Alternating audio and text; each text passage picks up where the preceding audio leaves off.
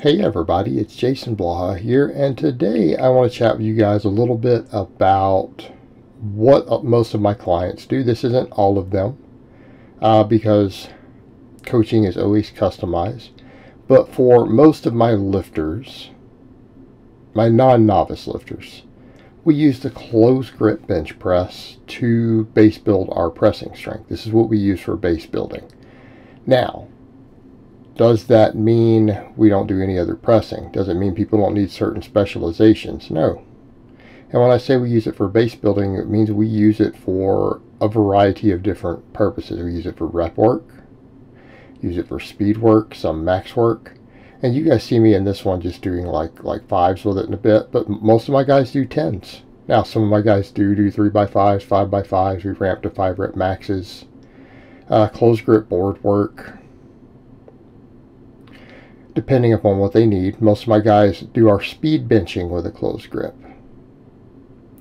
But a lot of my guys, including some of my guys who do bench well up over 300, like one of my guys who's benching in the about 340.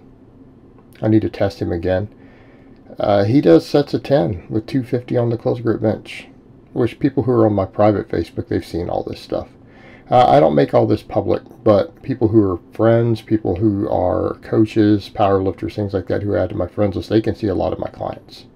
At any given time, probably 10 of my clients, a lot of their good lifts get put up on my private Facebook. So it's out there, and people who are coaches, a lot of the coaches who comment here from time to time, they see all of it. They know what we're talking about. So this is what my guys do. This is what we use, and we use it for all these different tools. And again, this is for our base building. Does it mean that if we have specialization that we don't do other stuff? No, we do other stuff. Some people say, well, maybe it doesn't work the chest enough. Well, that depends upon the person, doesn't it? And that's true of any lift. All right, all lifts are going to be dependent upon the individual person as far as what degree of different muscles they work. As far as primary movers, people have different structures, different builds. There's an argument to be made that certain aspects of the chest could probably be developed better with the closed grip, because we could argue about stimulus to fatigue ratios. But I don't like people doing high volumes of wide grip benching. It has problems. Now, are there people who are exception to that rule? Yes, there are exceptions to that rule. There are exceptions to that rule. And I had at least one client in the past who is no longer a client, who he would refuse to do closer. He wanted to do everything wide all the time. But he's also no longer a client, for a host of reasons. So currently, this is how all my guys do it. Again, with exceptions for guys who need more wide grip benching. But generally, if I have someone who has a chest weakness, we don't necessarily use the normal bench press to fix that. We have other tools available.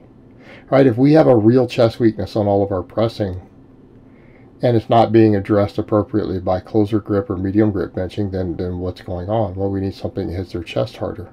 We have other options. Floor press. Right, a nice wide grip floor press. If you want to really build your chest up and you have access to very, very little equipment, that's a staple exercise. Now, before some people chime in and say, what about incline benching? Incline doesn't work the chest more than that. You have no data to support that.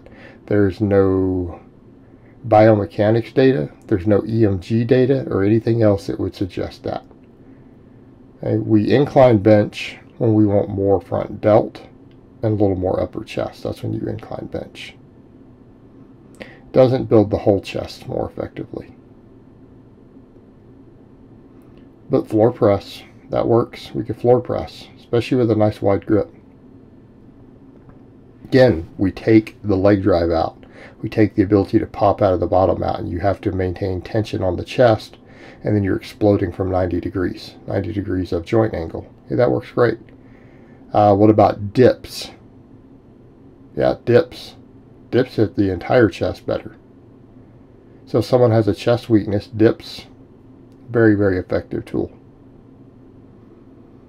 Dumbbell presses. Okay, if we want to get just a little more range of motion, they can't do dips. They don't have access to dipping bars, or we just need an alternative.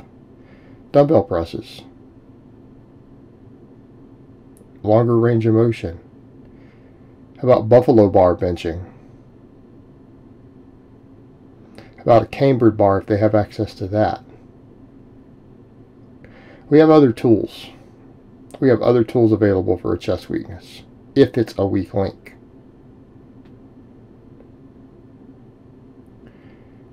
So let's come over why the close grip bench. Stimulus to fatigue. The fact that we get a little more tricep involvement. We get a little more tricep involvement. For most people, some exceptions, it's easier on the shoulder joints overall. But we have a longer range of motion. We're forced to use a slightly lighter weight. Now in my case I can do more close grip, but that's not necessarily the norm. Although you just watch Julius Maddox do a medium grip, breaking an all-time bench record. He's using a medium grip as far as the bar is concerned, but look at his structure. It's almost a close grip. I just benched 770 pounds. So there is that to think about. But that aside, we're oftentimes forced to use a slightly lighter weight. Easier on the shoulder joints, longer range of motion. Can be potentially easier to recover from. If it can be easier to recover from, we can get more training volume in. Tends to be slightly more front delt and tricep dominant.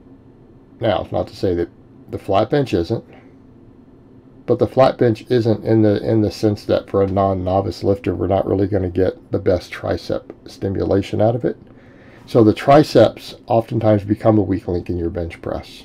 It's a very, very common weak link because it's a muscle that contributes enormously to the bench. Contributes enormously to the bench.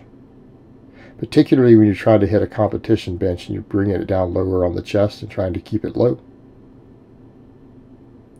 Weak triceps will tend to cause the bar to drift up towards your face because the front delts take over. Not ideal. Not ideal from a strength perspective, and it's not ideal from an injury prevention perspective. Okay. Good way to, again, develop some shoulder issues. So doing some benching that's a little more tricep dominant to help make sure that we bring the triceps up better is a good idea, isn't it? And we tend to do a lot of tricep focus anyways. I do, a lot of my guys do. I've had to. It's a major weakness for me. But pretty common for a lot of lifters out there. I'm certainly not alone. Certainly not alone. Now, there's plenty of pec and front delt weaknesses too. But triceps are very, very common, depending on how that person's trained. But we get that, and we get the stimulus to fatigue ratio. Also, it carries over better to general strength, general sports, general pressing. Because what is it we do with conjugate training? Are we trying to become perfect power lifters?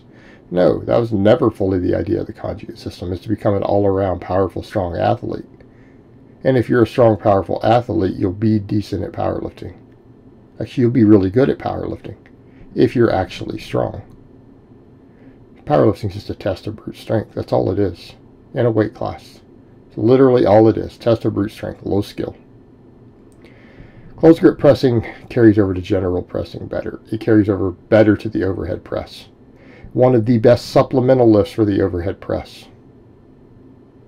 Because again, the longer range of motion, better tricep and front delt activation in some cases.